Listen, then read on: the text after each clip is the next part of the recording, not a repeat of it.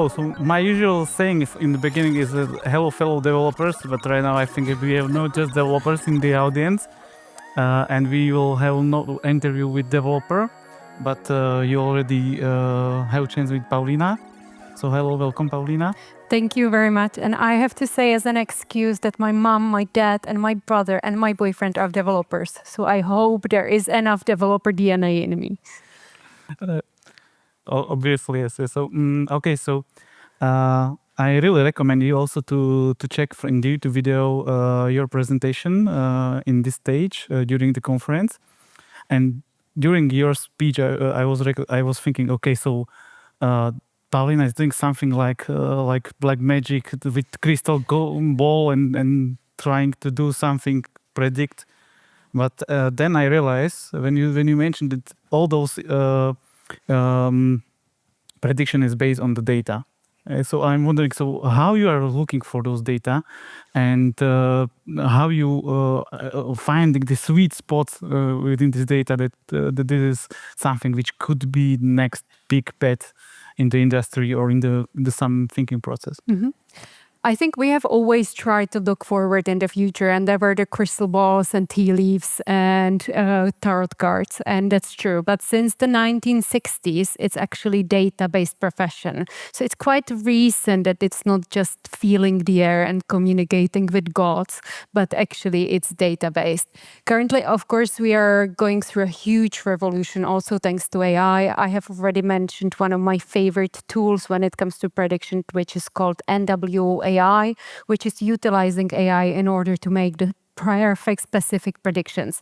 But to answer your question, I will walk you through certain types of data that we're looking at when it comes to formulating those predictions to be sure that we can be at least 80% sure that we know what's going to happen. First, we are looking at megatrends. I have already introduced like aging population or acceleration of technology or globalization or the fact that people are moving to cities. And this is actually most useful when you are looking very far ahead. When I'm making predictions for 2050, I would be looking at those megatrends and saying like, okay, aging population could mean that we will have more caring institutions. It can mean that we will need to change our infrastructure and so on and so on. So that's the first one. Second one that we are looking at are contradictions. So when there's always something, there's a lot of something, there is a contradiction happening in the world. So for example, in the recent years, especially among young women, there was a trend of drinking green juices, going to Pilates, journaling in your diary and so on. And what we see nowadays is a complete opposite perspective. That means being very angry with the world, being very dark, being very punk related. Punk music is growing. So this is kind of like the contradictions. The same goes for sustainability. Since sustainability has become so popular that 8 out of 10 consumers consider sustainability important when it comes to shopping, we see that Gen Z are starting to ditch sustainability, and they're saying, you put the world on fire, you solve it. That's not our problem. And they're starting to shop at Shein and Temu and so on. So that's another perspective. Another perspective, what we are looking are different data sets coming from, for example, IPOs, stock prices. We're looking at popularity on hashtags on social media. We're looking at scientific discoveries, what is important. So therefore, to give you an example, one of the most popular discoveries that we have recently is the GLP-1 drugs. That means something like Ozempic or Wegovy that are for losing weight. And Morgan Stanley predicts that 10% of Americans will be actually using those drugs, and it will be definitely changing the industry. Airlines expect to save a lot of money thanks to the fact that we are going to lose weight, all of us. So let's see if it happens. So that's another thing. But I want to actually doubt myself. And those are all kind of like things where you can look at the data set, analyze it, and so on. But what we have seen recently, and there is such an interesting study, and I will be sharing it with the listeners and with you, is Matt Klein, the main trend forecaster of Reddit. He did a meta-analysis of hundreds of trend reports during the last 5 years. And what he found out that that those trend reports are only using the dominant and residual language. What does it mean? That they were using all those algorithms in order to explain what is happening, which means if you're reading those trend reports, you are not seeing anything disruptive. You are not seeing anything that is out of the ordinary. And therefore, you are not seeing the wave at the beginning of things. And this is what you are actually, where you need that human touch. Because what we are as trend forecasters looking for is something called signals. And signals are things that outside the patterns, outside the mainstream, outside something that is very average and that you can spot. And this is where you usually have those people who are chronically online or chronically aware of trends, and they're spotting those things. So this is kind of like a short introduction. If you are more interested, let me know and I will talk more. Okay, so let's turn the page, and we heard very often you hear that as Europe we have a problem with the aging, that our people are getting older and older, and we have right now a problem with the talents. But I see differently in big organization we have a really big scale of the various generation the teams. It's because we are here, let's say, for decades. So it's obvious that we have also people which are in the company like 10 years, 20 or more, or even just start with after their studies. So and by the way, I just saw one of your TEDx speeches where you elaborate a little bit on that. So do you think that this kind of advantage we as a big corporate organization can utilize in our processes, in our, let's say, searching for the new things? I think there is no way around it. It's just a fact.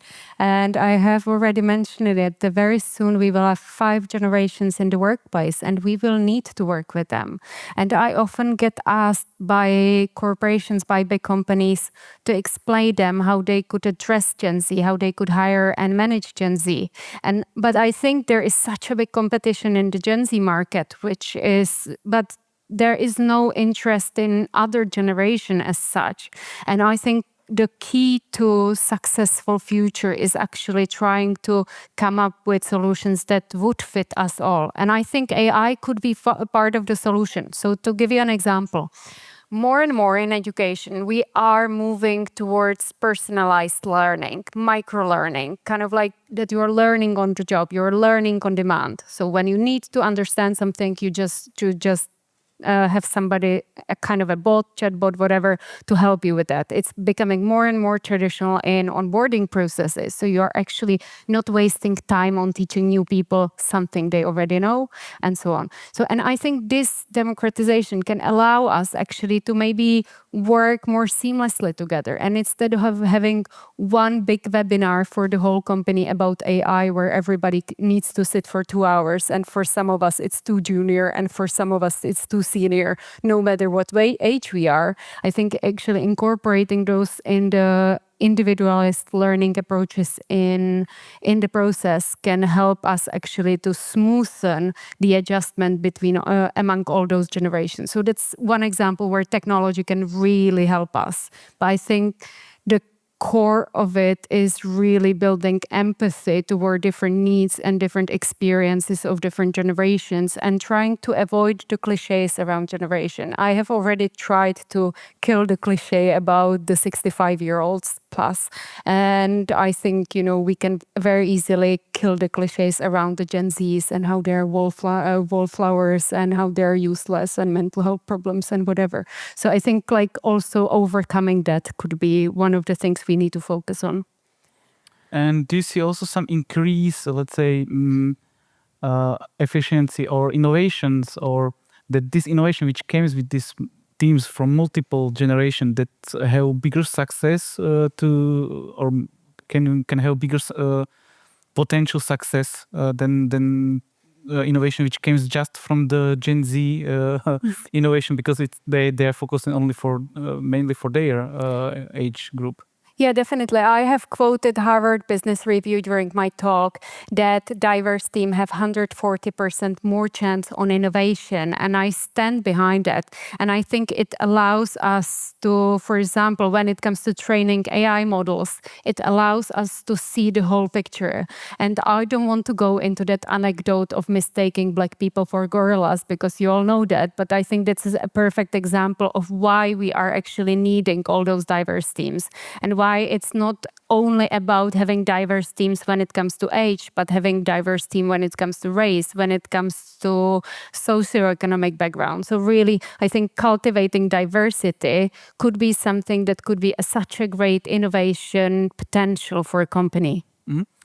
I personally observed that if I start using the AI-assisted tools for faster development, then I was able to create some proof that my tools is right in very short time. Like previously it's take me 4 hours, then right now it's take me 10 minutes. So it's very fast.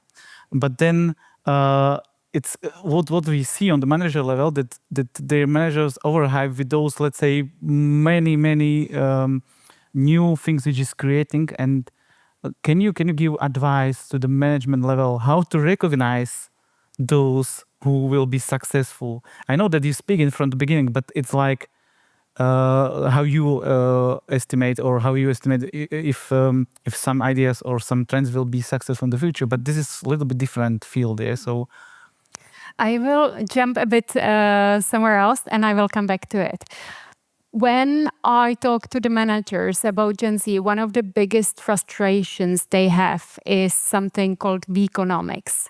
And it is the fact that if I ask my Gen Z employee to set up a website or do a research, they might go to Fiverr and ask some Indian guy to do it for them. And it will be done. Yeah, no problem. But I might be probably frustrated that they didn't do it themselves, because in my head, it was part of their learning process. It was part of something. And I think we often don't realize that this is coming more and more into our processes, not only employing people externally, but also employing all those bots and AI. And Philip is going to talk about all that and how we could actually become more proficient. And we are not prepared for that. We kind of like counted that the website design will take 6 days, and suddenly it would take 10 minutes. So what do we do with that? And I think that is going to be a big change when it comes to managerial approach to things, and it requires learning on both sides. But back to your question, you said how to stop people. I think it was mentioned during the panel about the investment that people who use AI will advance people who don't use AI. And there is a great McKinsey study that shows actually that managers who were given access to AI tools were far better than the people who didn't use it. So for me, always what I'm looking for in employees, what I'm looking for in people is this adaptability, the willingness to learn, because the fact that you have a great school might not mean nothing in the future. So really, the ability to be flexible and learn around it and learn around the job, I think, is one of the core principles that we will be looking for. So you mentioned also the learning, and this is something because I heard several times from my father or some older people that even they live in the age where some transformation changed their jobs in the market, and but it was still the first time happened to us. So first time the whole industry could change, and we are searching for our position in the next days. You also mentioned it that nobody can that a lot of people will work in the jobs which we don't know even how we will call them. So how to, let's say, create in the people makes of urgency, or sense that this is really gonna to happen. I know you show the numbers, but still there is a lot of people who think, okay, you also mentioned that your father is developer, and you also mentioned during our discussion it's COBOL developer. Even I don't know how the syntax of the COBOL, and I'm pretty old developer, yeah, you know. But still, there are jobs which is suitable for those people who didn't change, but it will be not suitable for all of them. How to motivate people, how to help them cross the borders and go further with the learning, with the... I think it's a $1 million question, really, and I would love to hear your opinions on that later on, honestly. But what I want to highlight is one number.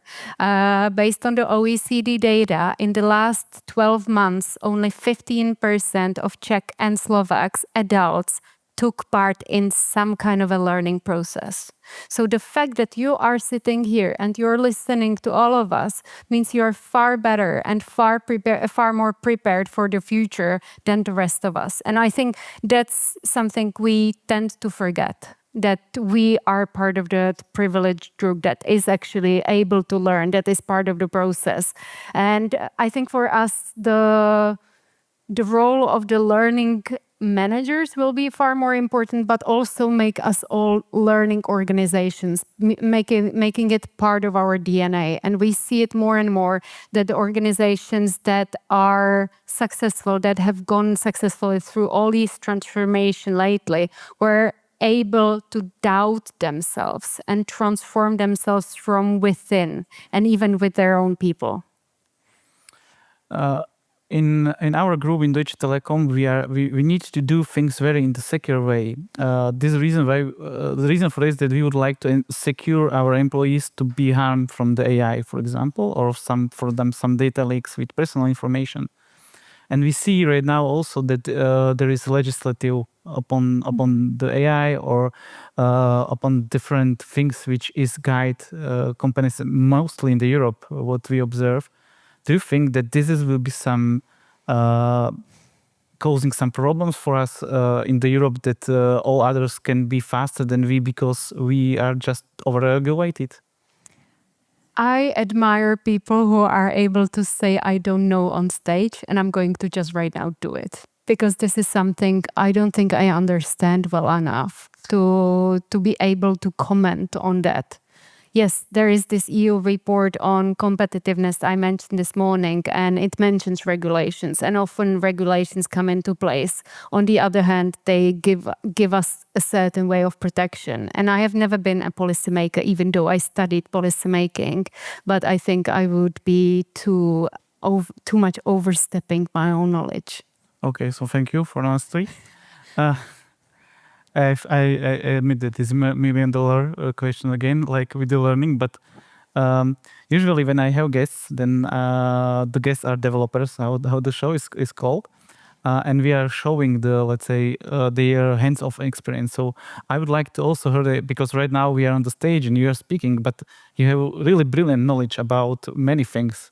So I would like to know how you are build this knowledge. So how is your, day life or normal day? How you work? How you get those knowledge from which sources? Can you a little bit? I very much vibed with the other speaker who said he had the 250 tabs open, and I felt like, oh, you're my soulmate, you know. This is it exactly, and I'm constantly on that. But my job is meeting people. As Google for Startups lead mentor for Europe, Africa, and Middle East, I meet over 300 startups a year, and I'm privileged enough to see even more pitch decks and dive into even more, for example, investing decisions among VCs. So this is a way how I, for example, reflect on the startup industry. And I also, thanks to the involvement with different companies like Google, I do have access to different reports and trend reports. And I do nothing else than reading. And I am lucky enough to have a photographic memory. So that's why I'm quoting all those things. From the heart. So like second child, eh? Yeah. Okay. You mentioned that you read a lot of.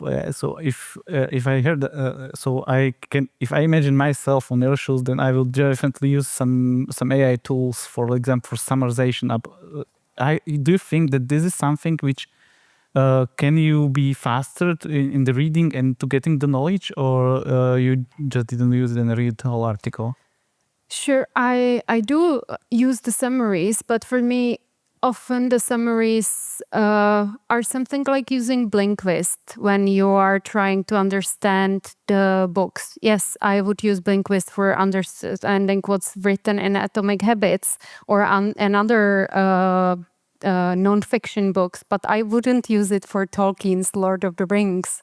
And this is, I think, important for me to make a distinction. And a lot of what I do is based on understanding what's the vibe in the room, what's the culture.